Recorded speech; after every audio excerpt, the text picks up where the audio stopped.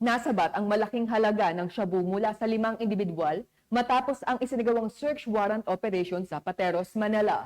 Yan ang ibabalita ni Patrolwoman Juvie Jane C.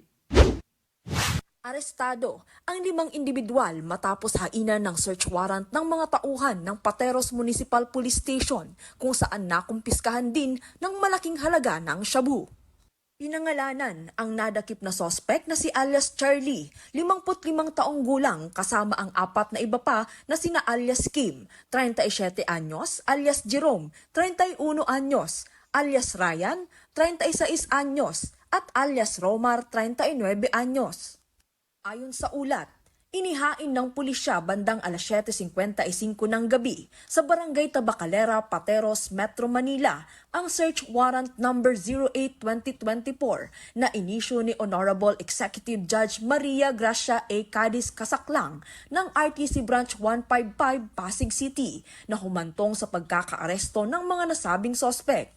Nakumpiska ng mga otoridad ang 15 piraso ng heat-sealed transparent plastic sachet na naglalaman ng puting crystalline substance na pinaniniwala ang shabu na tinatayang nasa 60 gramo ang timbang na may street value na 408,000 pesos. Bukod pa rito, nasamsam ng mga alagad ng batas ang isang kalibre 45 na pistola kasama ang 4 na bala, samot-saring drug paraphernalia, isang weighing scale at isang black belt bag.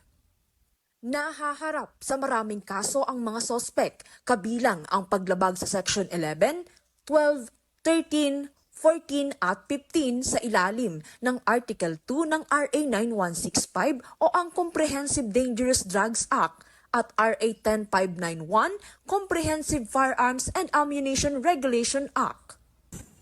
Mula dito sa Metro Manila, ako ang iyong PNN correspondent, Patrolwoman Juvie Jane C., alagad ng batas, tagataguyod ng Balitang Pulis. Maraming salamat, Patrolwoman Juvie Jane C.